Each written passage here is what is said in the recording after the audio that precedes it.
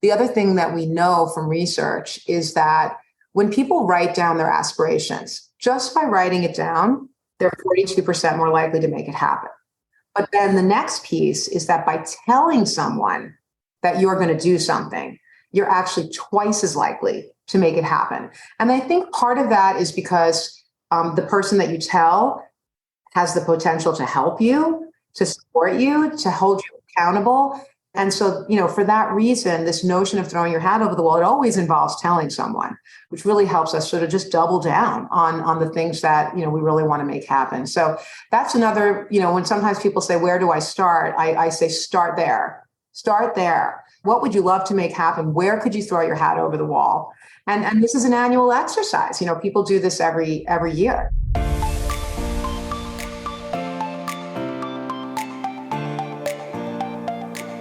Hey friends, welcome to The Good Life with Michelle Lamoureux, a show for women in midlife who want to live happier, healthier, and more meaningful lives. I'm your host, Michelle Lamoureux, a self-love coach and the author of Design a Life You Love. And together we're going to be doing just that. Each week I bring on world-class experts, best-selling authors, leading entrepreneurs, and also do solo casts with the intention of inviting you to get connected to what you really desire from your life. This show is produced with love every week. There's inspiration and actionable tips in every episode because I want to see women playing a starring role in their lives instead of living on the sidelines. Be sure to join the Good Life community newsletter over at thegoodlifecoach.com for more inspiration and tips to live your best midlife. And make sure you're following the show on your favorite podcast player. I'm so glad that you're here. Hey friends, welcome back. It's Michelle Lamoureux, and today we're going to talk about how to create the life you want in just 1 year. Joining us is Wendy Leshgold, who's the president and co-founder of the Fast Forward Group, a professional development and executive coaching company. Wendy spent more than a decade in advertising, leading teams at Ogilvy and Mather, BBDO, and Deutsch, and working with brands including Apple, Kodak, and IBM. She experienced firsthand the challenges people face in high-pressure corporate environments. Feeling compelled to help, she launched a successful executive coaching practice. A decade later, she joined forces with her childhood friend, Lisa McCarthy, who shared her vision. She's the co-author of Fast Forward, 5 Power Principles to Create the Life You Want in Just 1 Year. Welcome, Wendy. Thank you so much, Michelle. Great to be here with you today. Yeah, I'm excited. We were talking before the mics went on just about how excited I am about this topic because on my show, I've covered 10-year plans. It seems like a lot of my guests are really jazzed up about this idea of having a longer term vision, including a doctor who is 102 years old sharing her life vision for 10 years out. And I was thinking that one of the things that I was thinking about recently and kind of struggling with was wait, but what about the short term? How do I get to those shorter term goals? And then I found your book and I was like, oh, wait, this is awesome. So now we can dive in because I think it's important to be long-term visioning and short-term. Great. Yes. Agreed. We were very thoughtful about the time frame of a year.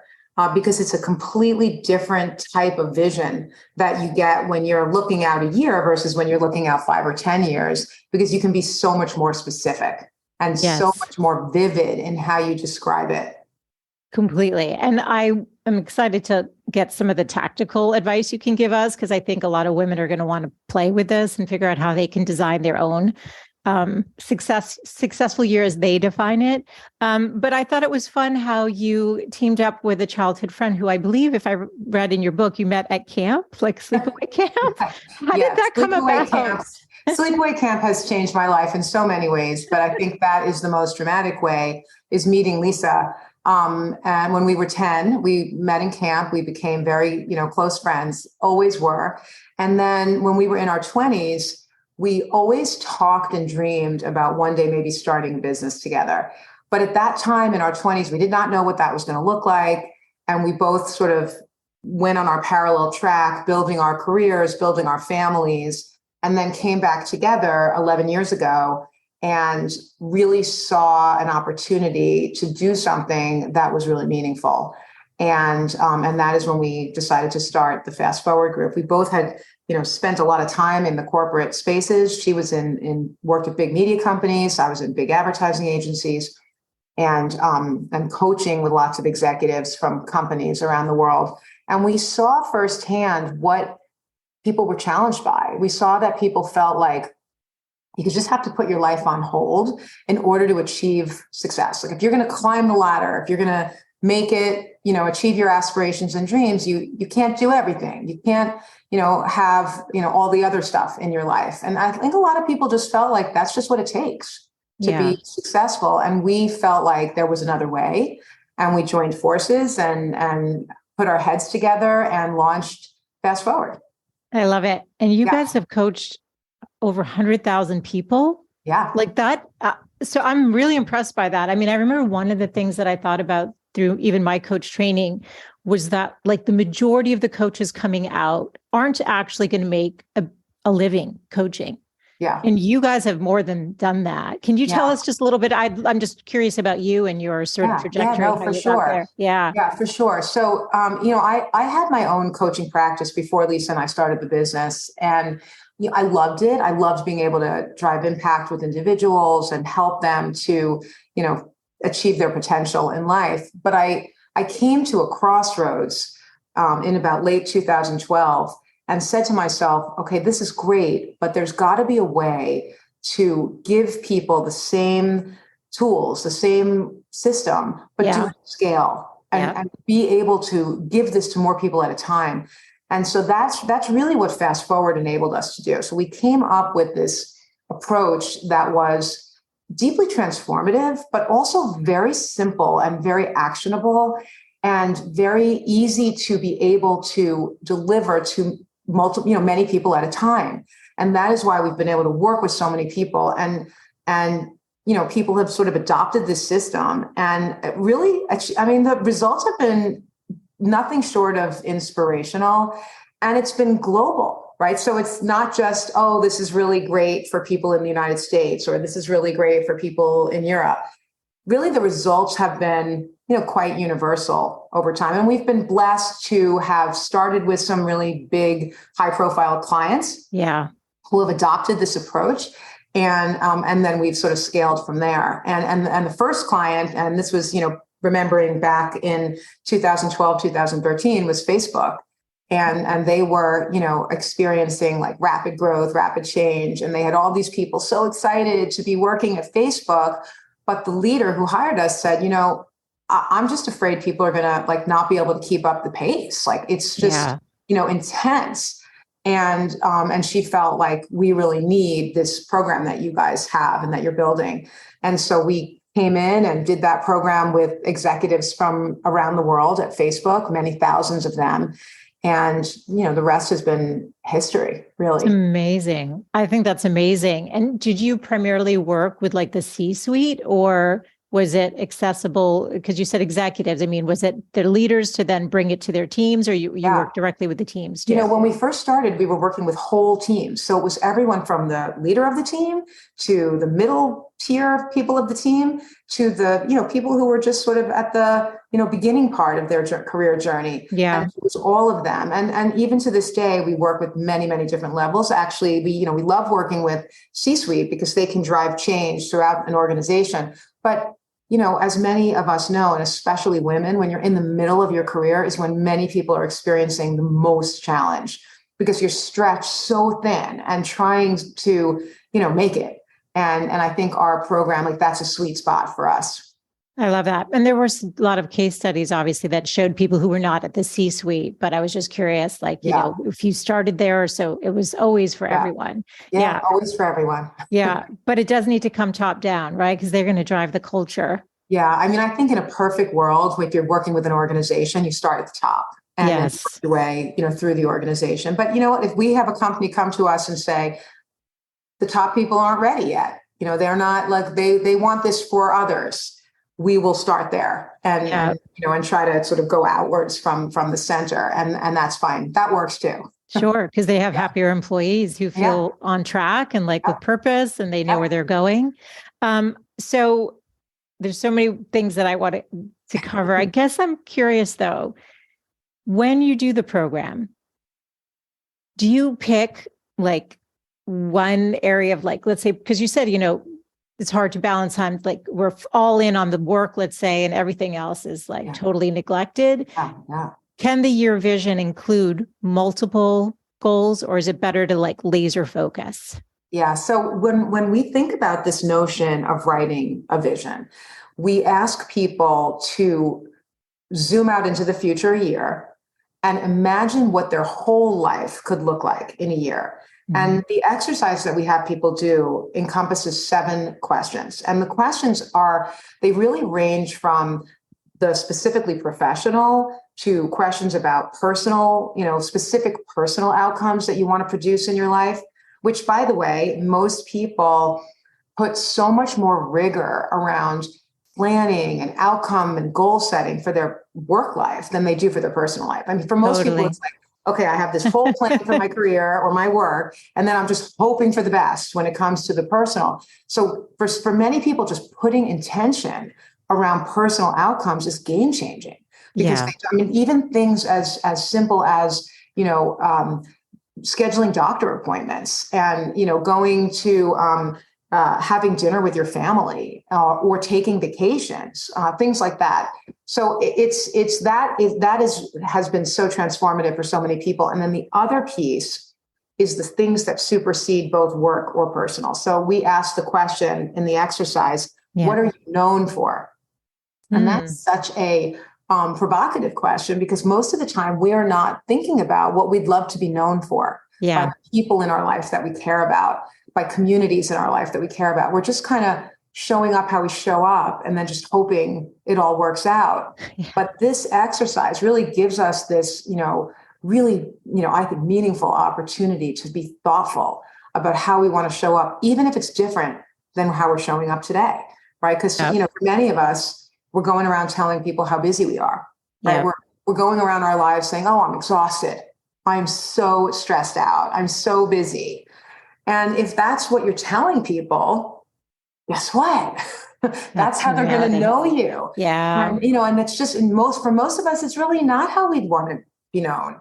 And so being intentional about how you want to be known professionally, personally, to your children, to your employees, to your manager, to a client, forces us to slow down and really think about how we're showing up every day. Yeah. And that can be very powerful as well. Yeah. And I think you need to be committed and want to make the change, because with awareness, it's actually hard to go back. Yeah. Right. And then it empowers you to take the action that you need to take. But without the awareness, like you said, I think was it Lisa in the book the team was all like, too busy, doesn't have enough time for me. And it was like, oh, wait, if this is the consistent feedback, let's pull back and do things different. And that's exactly what she did, right? That's exactly right. It's sort of like sometimes you just need to kind of come face to face with, well, what's the gap between how I'm showing up today and how I want it to look in the future? And then you can start taking action. And, people sometimes say like, well, gosh, how do I start taking action? Like, how does that happen? And what we always tell people, and this is so simple, but yet so transformative, is that it starts in language, because language creates reality, right? Like what we say determines what we'll do and how we feel about it. And, and the whole path forward. So if you're going around telling people, I'm really busy, or I'm really tired, or I'm really stressed, or using language like that, the first thing you could do is start using different language when you're talking about yourself to other people, and I know sometimes it's habitual, but, when I did this exercise years ago, I started telling people when they would say to me like, hey, Wendy, how you doing? Instead of telling them, oh yeah, I'm great, I'm really busy, I would say, I am in demand. Because I love that. Because I would much rather be known as somebody who's in demand versus somebody who's really busy. Yes, absolutely. I love that. And it's reframing it for yourself so that you start language, right? And you start embodying that. So let's take it a step back because there's a ton of, exercise, you've got your 5 power principles. Let's just start with I love defining like the terms we're sort of working with. What is a power principle? What is a power principle? Well, that is a great question. And we came up with that term because we wanted this to feel kind of systematic, right? So that people could feel like, okay, like there's actually a framework I could follow and that will make a difference. And so a power principle is, these are sort of these very simple yet very insightful kind of action phrases, if you will, that people can immediately grasp what they mean. And we give people, as we define them, really actionable sort of steps to apply them to their life. So for example, the first power principle, and we think this is the foundation really of the work that we do, is to declare a bold vision and share it. And the words of that are, we always start with a verb, right? Declare. And the word choices of the power principles are very intentional. Yes. And, every power principle gives people these very meaningful insights, right? Like this whole notion of standing in the future and writing a vision, very insightful. And yet we also give them 7 specific questions to respond to. And in the answering of those questions, you gain so much focus and clarity on what you'd love your life to look like a year in the future. So I think the key with power principles is them being extremely concise, extremely insightful, and yet actionable and simple to apply. Okay. Well, let's take them through some of the sort of tactical stuff because there's different sort of categories. Yeah. There's an exercise based on a famous writer. Yeah. So it's what is it? I have to read. Throw your hat over the wall. All right. So what is that? Okay. So I will tell you the story of throwing your hat over the wall. So it is that slogan. It comes from an Irish writer, and his name is Frank O'Connor. Yeah. And he told the story from when he was a child, and he was, growing up, and he and his friends after school, they'd go on these long walks through the countryside wearing their school uniforms, which included a hat. Yeah. And whenever they'd come upon a wall in a garden or an orchard, and it was like they couldn't figure out how they were going to get over the wall to keep passing, they'd all take their hats off their head and just toss their hats over the wall. So they would have no choice but to try to go figure out how they were going to go get them, right? Because you're not going to show up at school without their hat, right? Yeah. So, we look at this as a metaphor for people in terms of, when you think about goals and things that are like really, really inspiring, oftentimes we feel this compelling need to know how we're going to do it before we will tell people that we're going to do it. So whether that's like, running a marathon, or you're going to get a job in a new city, or you're sort of taking on a new health endeavor and you're going to, start exercising, lose weight, to sort of, deal with your, kind of physical well-being. We often feel like we have to figure it out first, but then we'll tell people what it is. And this throws that on its head, right? Because this throwing your hat over the wall is telling people, I'm going to do this before you know all the steps to making it happen. And it's an entirely new way of thinking about goal setting and setting out aspirations. It lets people dream a little bigger, and think a little bit more broadly about their own life, not limited to the need to know how. And when we say to people in our program, we ask people, where in your life have you done this? Because I think if you ask yourself, okay, gosh, where in my life have I done this before? You will find that you have, right? There have been places where you've said, you know what? I did this last year. I said I was going to buy a new house. I had no idea how I was going to come up with the down payment, but I told someone, and then I figured out how I was going to do it. Or I've never done a half marathon before, but I declared I was going to run one. And then I got very disciplined and intentional and resourceful, and I figured it out. And so when people see that they've done it before, they kind of understand how this could potentially apply to things they have not yet done and things that they could then write down and put in their bold vision and go after, even if they don't know how. I love it. It's actually making me think of starting the podcast. So I had one in 2008. And when I relaunched, For probably a few months, I was like, I'm gonna launch another podcast. I'm gonna launch another podcast. And by saying it, I was sort of committing myself to it without realizing it. And the next thing I know, I set up the first interview, and I was taking the steps. I found the editor, batch recorded 10 of them, and I was off to the races. And that was almost 5 years ago. But so I think it's really powerful what you're saying. That's where it begins. And that's an excellent example of throwing your hat over the wall. And I think the other thing that we know from research is that when people write down their aspirations, just by writing it down, they're 42% more likely to make it happen. Yes. But then the next piece is that by telling someone that you're going to do something, you're actually twice as likely to make it happen. And I think part of that is because the person that you tell has the potential to help you, to support you, to hold you accountable. And so, for that reason, this notion of throwing your hat over the wall, it always involves telling someone, right? Which really helps us sort of just double down on the things that, we really want to make happen. So that's another, when sometimes people say, where do I start? I say, start there. Start there. Yeah. What would you love to make happen? Where could you throw your hat over the wall? And this is an annual exercise. People do this every year, and they throw their hat over the wall for something new. Who do you share that vision with, though? How broadly do you share it? Because I feel that's a great question. because I think there's that fear of like, oh, I'm going to look like a failure, or I have a book I've been wanting to write for 10 years. Yeah. I've written a chapter. I've taken the writing course. I've taken steps. So we'll unpack that next, but just like, who do you tell first? Okay. So that's a great question. And we recommend when people first write a vision, we always tell them, we always call it a fast forward buddy, right? Okay. Fast forward buddy. A buddy. Yeah. Perfect. Accountability. And a fast forward buddy is an accountability partner. And that could be someone in your life that you trust, who is someone who's on, rooting for you in your life, and start by reading it to them.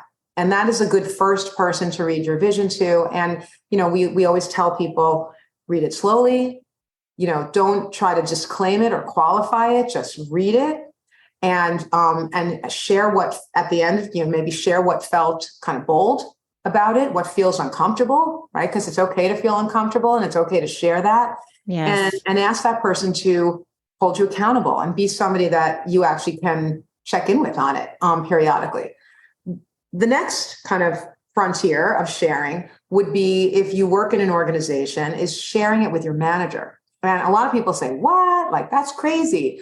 But we would say, if there's parts of your vision that you feel like, okay, that's just a little too personal, or I don't feel comfortable sharing that because maybe it's something about wanting to get a different job.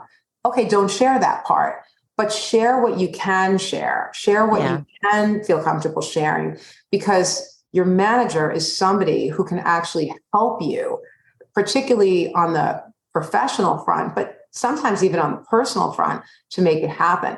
And they can hold you accountable. And I'll give you one example, is that there was a woman that, we worked with years ago, and she shared that her son was on a soccer team, and she had been asked to be an assistant coach on the soccer team.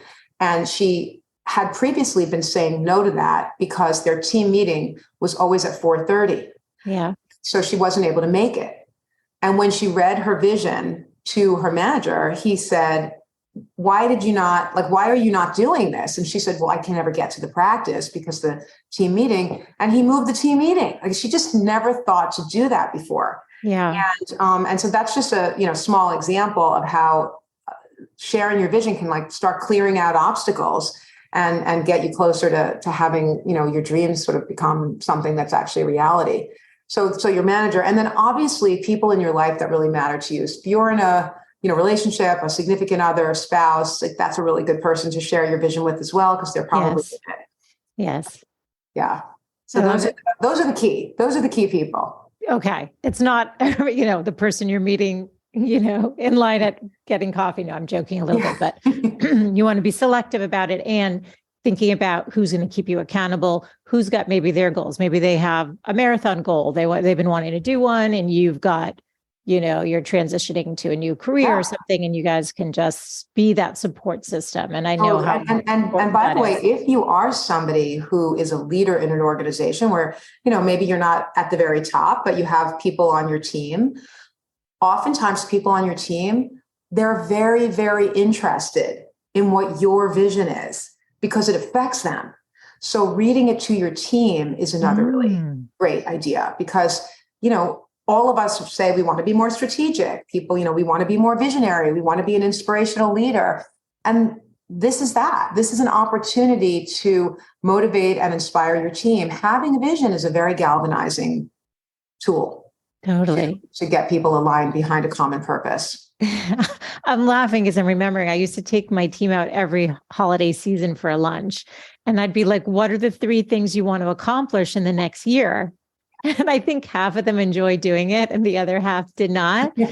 But the ones that liked doing it, when we would revisit at the end of, the next year, doing it for the following, they had achieved those goals. Yeah.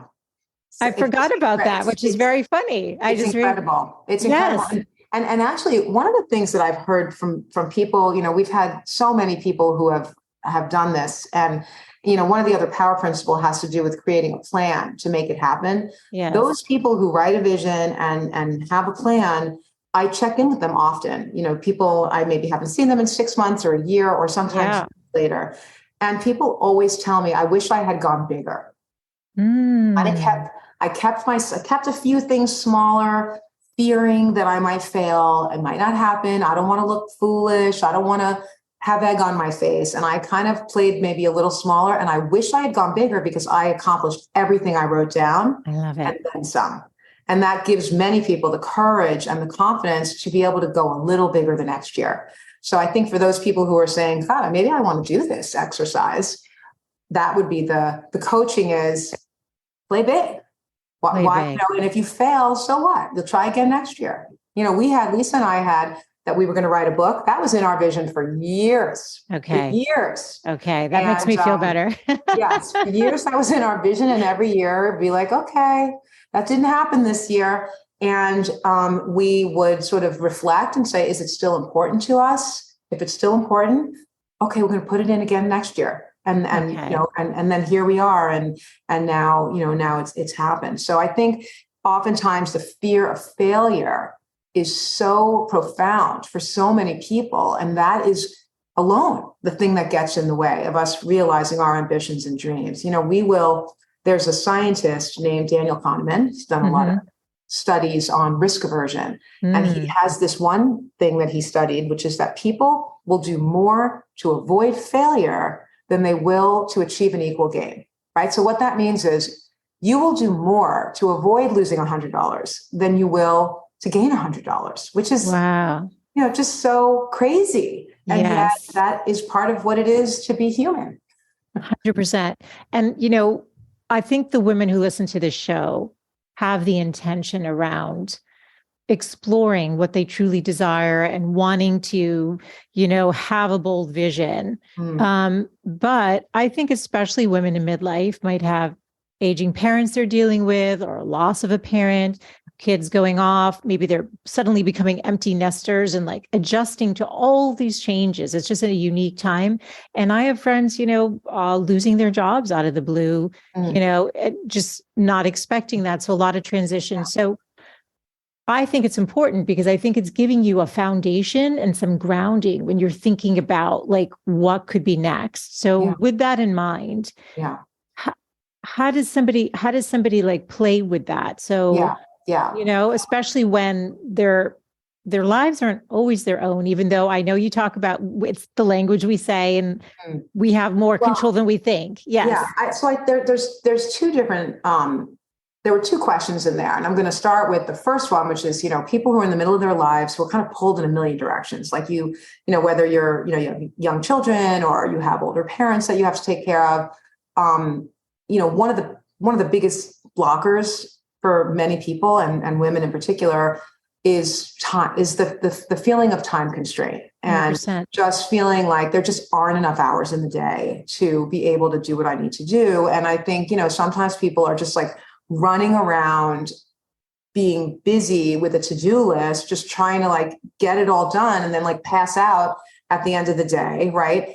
And then do it all over again. Yes. And it tends to make us sort of in a reactive mode. Like we're sort of in this reactive mode where we're just sort of like just trying to kind of play whack-a-mole with the different, aspects of our life. And I think one of the things that is so essential to writing a vision is that it forces you to slow down and really be thoughtful about what is important.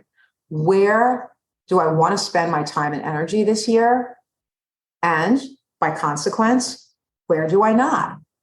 And when you do that, a really interesting thing happens is that you automatically start deprioritizing certain things, certain people, certain obligations that you might have been reactively just saying yes to. You might be on autopilot, just doing certain things, and then realizing, I don't want to be doing these things. Like, this is not how I want to spend my time. And having a little more intentionality on how you spend your time, it makes a huge difference. Doesn't mean you're going to be able to control everything. And it doesn't mean you're not going to have fire drills and some days are going to be better than others.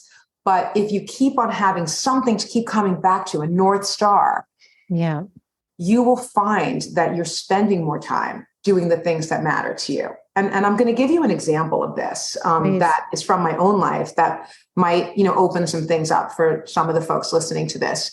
And that example is that I always come into the new year thinking about my vision. I always write my vision at the beginning of the year.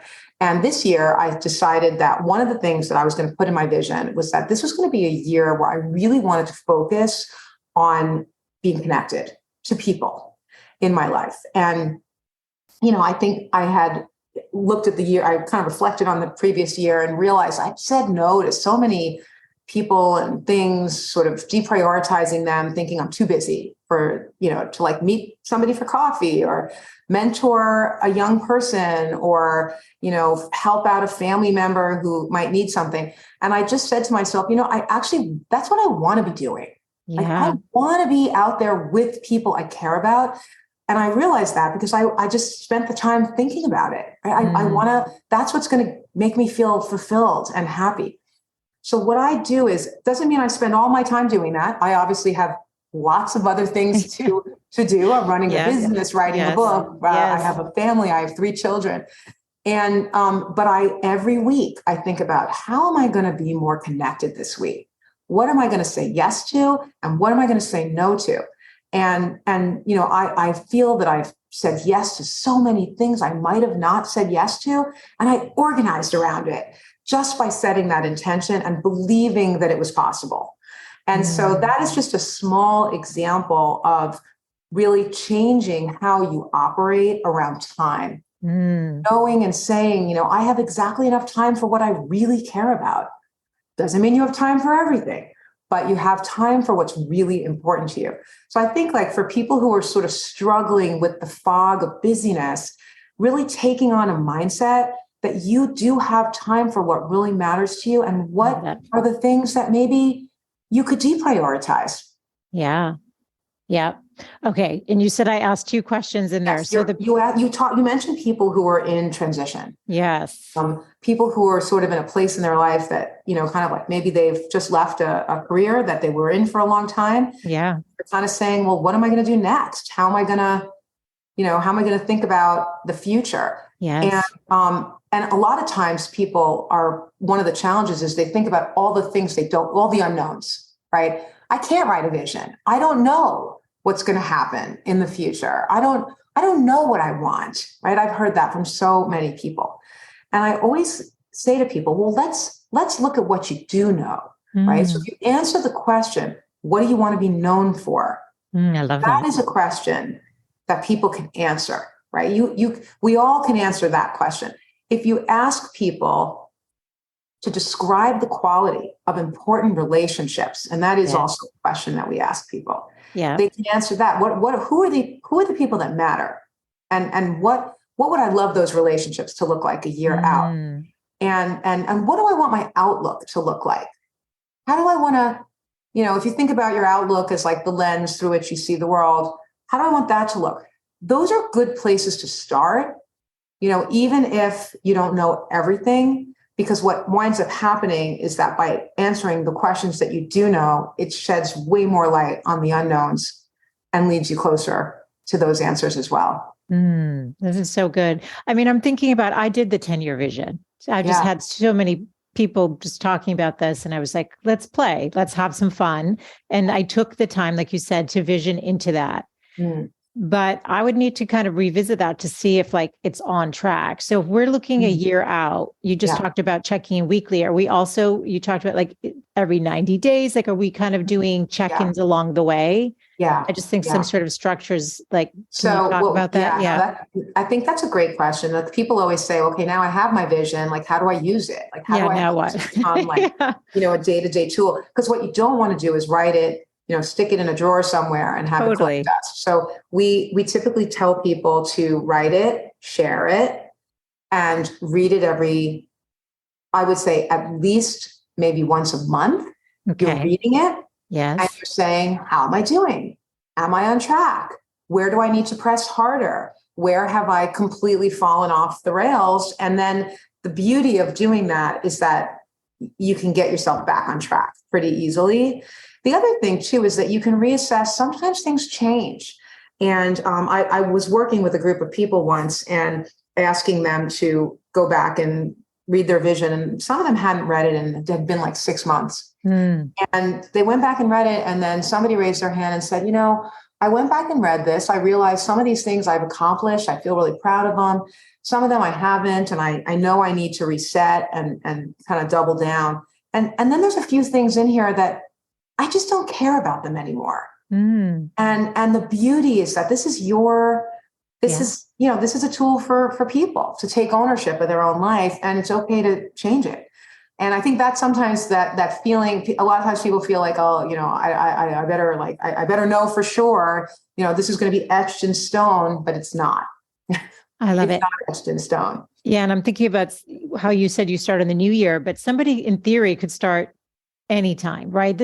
Don't be locked into thinking, oh, well, we're in, this will come out in September or whatever. Yeah, you know what I mean? This is anytime. This is something you can do anytime. And I think, this is an incredible tool to use to not only keep yourself on track with specific concrete goals, but to really keep course correcting about being the person that you really want to be. Yeah. And also manage the relationship you have with yourself. Right. And a lot of times, I've had people, this one woman once, and she wrote her vision, and I said, how do you feel about it? And she said, I read this and I realized I left myself out of my vision. Oh my God. This was a woman who was, a busy working mother. And she's, I had my children in there, my husband was in there. And I even wrote things about my dog, and I wasn't in my vision. And I said, that is so funny, but you got to put yourself in. How do you want to treat yourself? How do you want to, take care of yourself and feel as a result of that at the end of the year? And, so many of us don't give ourselves the same respect mentally and physically that we do to everyone else in our lives. And this is a chance to put some intention around that. 100%. I always think, if you're looking back, let's say at the end of your life, I don't want any of us regretting that we literally just gave to everyone else. So this is so tangible and doable. And I love the focus on sort of who you want to be in the world, not just like checking things off like, okay, yes, congrats on your book. It's fantastic. I have a book. I hope to have that out in the world, right? I wanted to launch the podcast. It's there.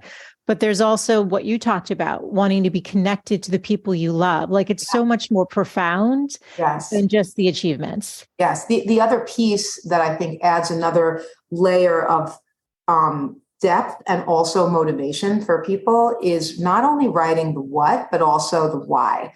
And that would be if let's say something that's really important to you is being more calm, being more present with people. The very next question is, why does that matter? And what difference will that make? What difference will it make for you to be calm and present? Because if you answer that question, first of all, you'll clarify it for yourself. Like, am I just saying this because it seems like a, check the box, good thing to say? Yes. Why does this matter to me? How will this make a difference in my life?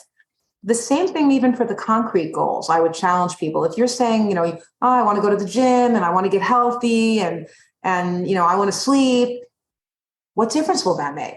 If you're sleeping 7 or 8 hours a night, what is the impact of that? And I think people find that when they answer that question, they're way more inspired to do it. Yes. I was thinking as you were talking, it's way more motivating. Like I was thinking about that book that's been playing in my head for 10 years, but does it get into your calendar? And like, obviously you wrote a book with someone else. So you also had to combine their priorities with yours. So that's adds other layers. You're also running a whole business together and all of that. But, that is important to me. And they say, if you don't prioritize it, it means it's not important. I actually disagree with that. It is important to me. It's just a matter of fitting it in. So how does somebody reframe that or like actually make the time? What's the shift that needs to happen? I'm glad you asked that because I do think that, it's one thing to write a vision. And then the next thing is how do you create a plan for yourself to make it happen? And that is another tool that we, spend time on in our book and in our program. We have our second, or I think it's our second or third power principle is plan the work and work the plan. And we give people a 90-day action plan approach to start to, unpack these outcomes and make them happen. And what's different about this plan than how people usually think about planning is that we always start with the outcome.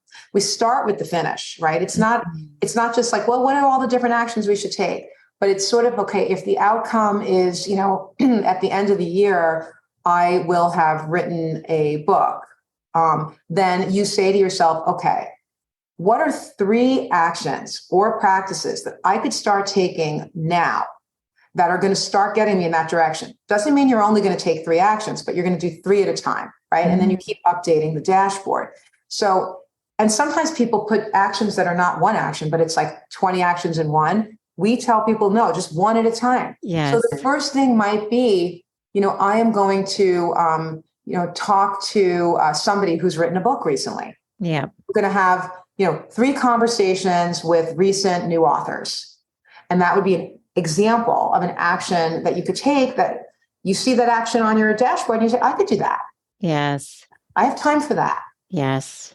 And that is where it begins is really one foot in front of the other. And having a plan like that makes an enormous difference. Otherwise, you're just spinning and, working your usual to-do list and you're sort of, lost in the woods. Yes. But the plan makes an enormous difference. So that's been really, really helpful for many of the people that we've worked with over the years as well. I love it. Any favorite success stories? I mean, you worked with so many major corporations. Do you have one that do you have a favorite? We have so many. And actually, when we were preparing for this conversation with you and some others, we were like, what are some of the ones we should tell? But I'll share one that kind of made it to the short list. And I love this story and I love the person that it's about. But we had a woman that we worked with from a big finance company, from a big bank. And she, worked with us, did our program. And one of the things that she realized in writing her vision was this wasn't really what she wanted to do. And as she thought about what she wanted to do, she saw that what she really wanted to do was really help other women to ascend and thrive within their organization, a very male-dominated organization. It was a very hard place to climb the ladder as a woman. And she, she didn't even know if this was a real job that she could get, but she wrote about it in her vision and why it was important to her to do this. And it was like really compelling to her, even though she didn't know how. And even though she did not have the clear path to get there. But what she did do is she read her vision to her manager who was pretty high up in the organization, who also happens to be a woman, another one of the few senior level women in this company. And her manager, their company being a public company, had put some gender, kind of objectives. There were some things they wanted to be able to accomplish as it related to achieving more gender parity. And so they were going to put some budget against achieving that. And her timing was, fortuitous. And they said, we actually do want to create a role around this. We do want to have a leader in a role that will be related to helping women thrive and ascend in this organization. And she started a huge movement within the organization, got this job. We actually wound up working with her in that capacity, working with thousands of women across the board at this firm. And we had the privilege of being able to, help them fuel their confidence and success in that organization. And she has been just lit up. I mean, it was a life change for her. And it would never have happened if she hadn't thrown her hat over the wall, believed that the future could look different than the past, told someone, and then made it happen. I've loved this conversation so much. I feel so inspired, and it's also so actionable. I mean, everyone can go out and get the book. Tell us the name of the book so everyone can go get it. Okay, so this book is called Fast Forward: 5 Power Principles to Create the Life You Want in Just 1 Year. Love it. And I love the whole concept. I love that it's way more tangible. Have your big picture 10-year long-term goal, like Dr. Gladys said, and then bring it back like Wendy and Lisa say, and just like craft it down to that year and just start getting to know yourself and have some fun. Wendy, anything I didn't cover today that you're like, oh gosh, I really want to leave the women listening with? I would say there's one thing, and some people might be listening to this and saying to themselves, like, this sounds really inspirational, but it also sounds really uncomfortable. And what I want to share one of our mantras. One of our mantras is to get comfortable being uncomfortable. And it's that the notion of being uncomfortable becomes so less daunting once you've actually done it. When we practice doing things, you just get better at them. Yes. We all do. So if you're saying to yourself, like, it feels a little uncomfortable, lean in and give it a shot. Buy our book, read it, try it, and get comfortable being uncomfortable. And you will be amazed at the results that you will see for yourself. I love it. And I'm going to ask you just one final question. What does living a good life look like or mean to you? Living a good life to me is living a life of intention and being thoughtful about who I want to be in the world, what I want to spend my precious time doing, and contributing. And it's as simple as that. It's beautiful. I've loved this conversation so much. All of the show notes for today will be over at thegoodlifecoach.com, a link to Wendy and Lisa's book, their website, their social handles. Where do you like to hang out online? You can find us on LinkedIn. Yes. That's our primary platform. We're also on Instagram and Facebook. Awesome. I love it. Well, thank you so much for your time. Thank you so much, Michelle. It's been fantastic. Thank you. It's a pleasure.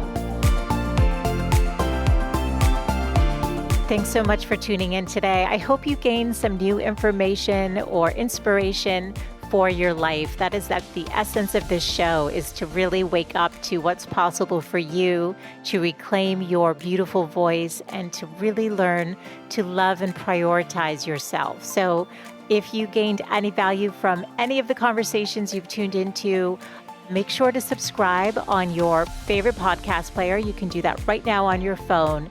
And please do consider leaving a rating and review if you have yet to do so on Apple Podcasts. It's actually how more women can find the show. And I really want to grow a community of women who are loving themselves and living full on.